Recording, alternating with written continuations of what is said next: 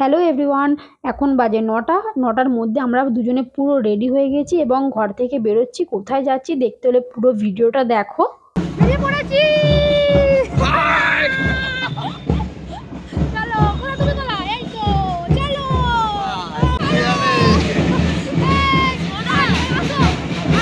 তো বেরিয়ে পড়েছি সবাই, তাই তো? এক সুন্দর করে।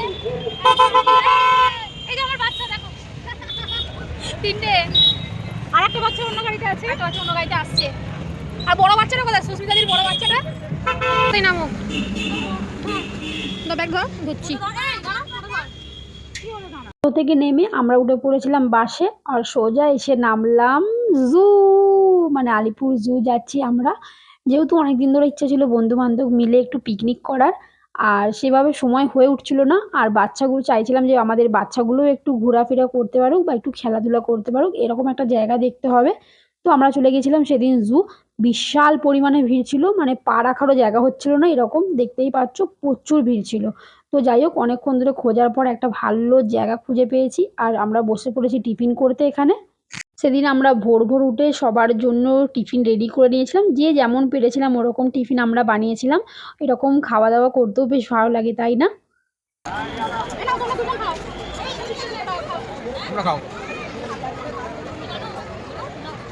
এখানে ব্যাপারটা গেল তো লাগেজ নিয়ে এলে অসুবিধা প্রচুর গেট দিয়ে কোন গেটটা এই বাস কি অন্য বার মনে হচ্ছে এই ছিল।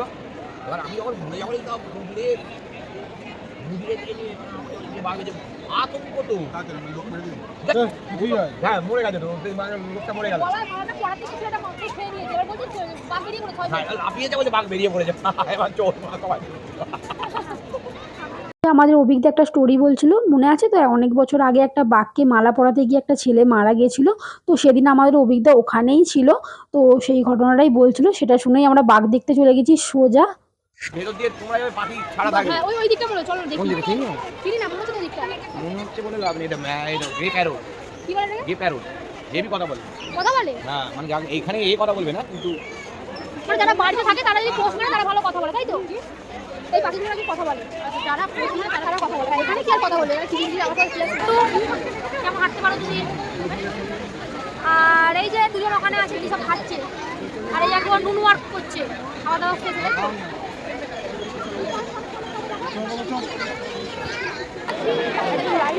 ভালো আছে?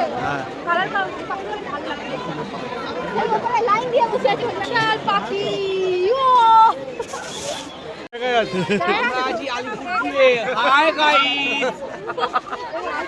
আমরা এবার দেখতে যাব বিয়ার, ওইদিকে আছে।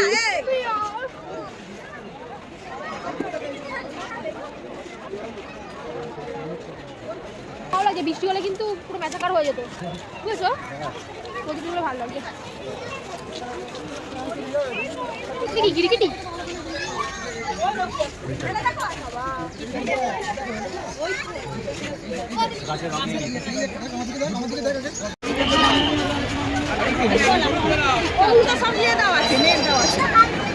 আসতে দেখো এগিয়ে গিয়ে।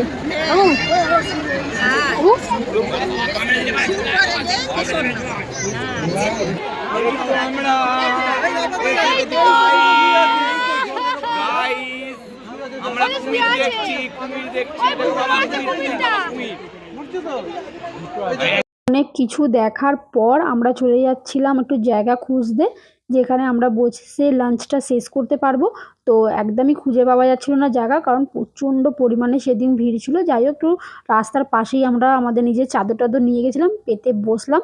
আর নিজেদের মতো যে লাঞ্চটা আমরা তৈরি করে নিয়ে গেছিলাম খাবার মতো দুপুরে, সেটা আমরা বার করলাম আর এই যে খেতে আরম্ভ করে দিলাম। এরকম ভালোই লাগে, সবাই সবার মতো রান্না করে নিয়ে গেছিলাম বাড়ি থেকে। তো ভাবো, সকাল ৯টার মধ্যে আমাদেরকে বেরোতে হয়েছিল বাড়ি থেকে। তার আগে আমাদের পুরো রান্না বান্না কমপ্লিট হয়ে গেছিলো। কোথাও ঘুরতে গেলে সত্যি একটু চার্জ থাকে। আমি ভোরবেলা উঠে পড়েছিলাম সেদিন।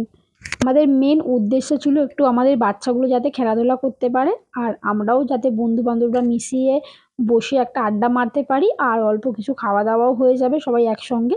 সেটার কারণেই আসলে যাওয়া, না হলে সেরকম কিছু অনেকদিন যাওয়াও হয়নি কোথাও।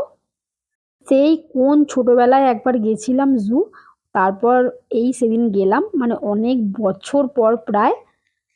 ফটো পাঠাতে হবে আগে পুরোটা ঘুরে তারপর তুমি ফটো পাঠালে ঝগড়া করবে চলো এর বাবা কোথায় যাবে তাহলে কি ইকো পার্কটা ঘুরে নিতে পারতে কবে একদিন ইকো পার্ক